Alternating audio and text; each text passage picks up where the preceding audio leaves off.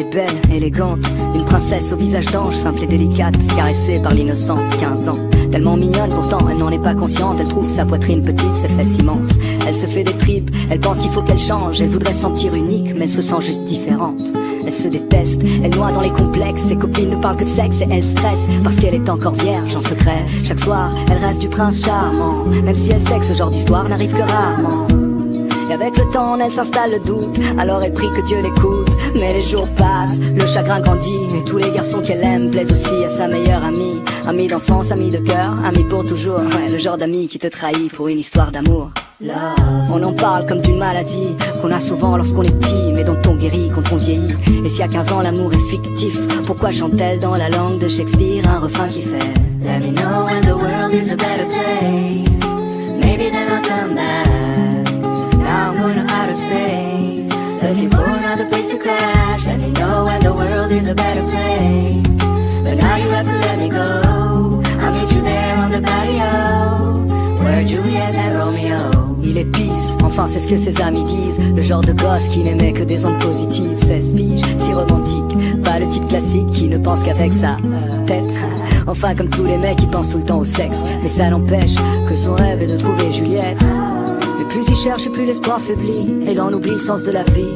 Il maudit l'époque, il trouve les filles trop agressives. Souvent ça le bloque, lui qui rêve d'une fille timide. Il le sait que c'est stupide et qu'il est trop difficile, qu'aucune fille n'arrive à la cheville de celle qu'il s'imagine. Roméo, Roméo, devant l'ordi et ses jeux vidéo, jusqu'au bout de la nuit à faire le tri de tous ses idéaux. Et dehors, une voix distante lui chante Let me know when the world is a better place, maybe then I'll come back. Now I'm going to outer space, looking for another place to crash. Let me know when the world is a better place, but now you have to let me go. I'll meet you there on the patio, where Juliet kissed Romeo. Elle était seule ce soir-là, il la voit de loin. Elle a le cœur qui bat à 1000 à l'heure, mais fait semblant de rien.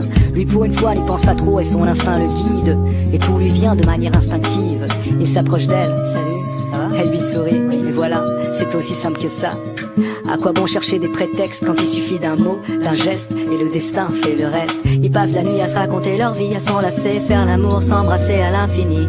Finally, les deux se sentent vivre, elles écrivent un nouveau chapitre du livre.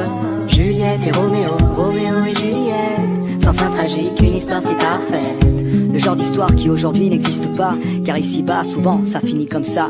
Roméo maintenant est pris, donc les filles sont folles de lui. Juliette veut être indépendante, donc pas d'enfant, pas de famille. Du coup, lui devient moins romantique, elle moins innocente. Et peu à peu, ils prennent leur distance, font un break, histoire de voir d'autres gens. Parce qu'au moindre doute on se laisse, aujourd'hui c'est fréquent. C'est typique de l'époque, on se quitte sans combattre. Et de l'amour il reste que des reliques d'une vieille pièce de théâtre. Roméo et Juliette, Juliette et Roméo, l'amour une maladie et je prie pour un fléau. D'ici là je m'en vais loin d'ici, peut-être que sur une autre planète ils ont compris le sens de la vie.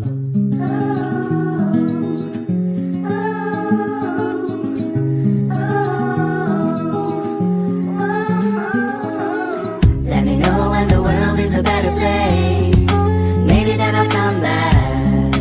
Now I'm going to outer space, looking for another place to crash. Let me know when the world is a better place, but now you have to let me go. I'll meet you there on the patio, where Juliet killed Romeo. Cause no one knows where we'll go from here, you know that nobody knows, and no one.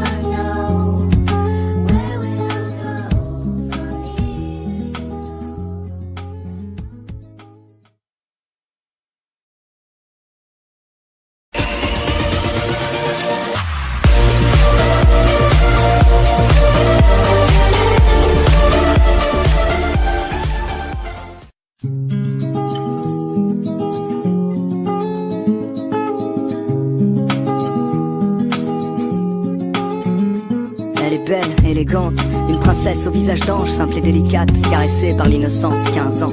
Tellement mignonne pourtant, elle n'en est pas consciente, elle trouve sa poitrine petite, ses fesses immenses.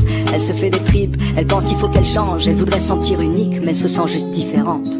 Elle se déteste, elle noie dans les complexes, ses copines ne parlent que de sexe et elle stresse, parce qu'elle est encore vierge en secret. Chaque soir, elle rêve du prince charmant, même si elle sait que ce genre d'histoire n'arrive que rarement.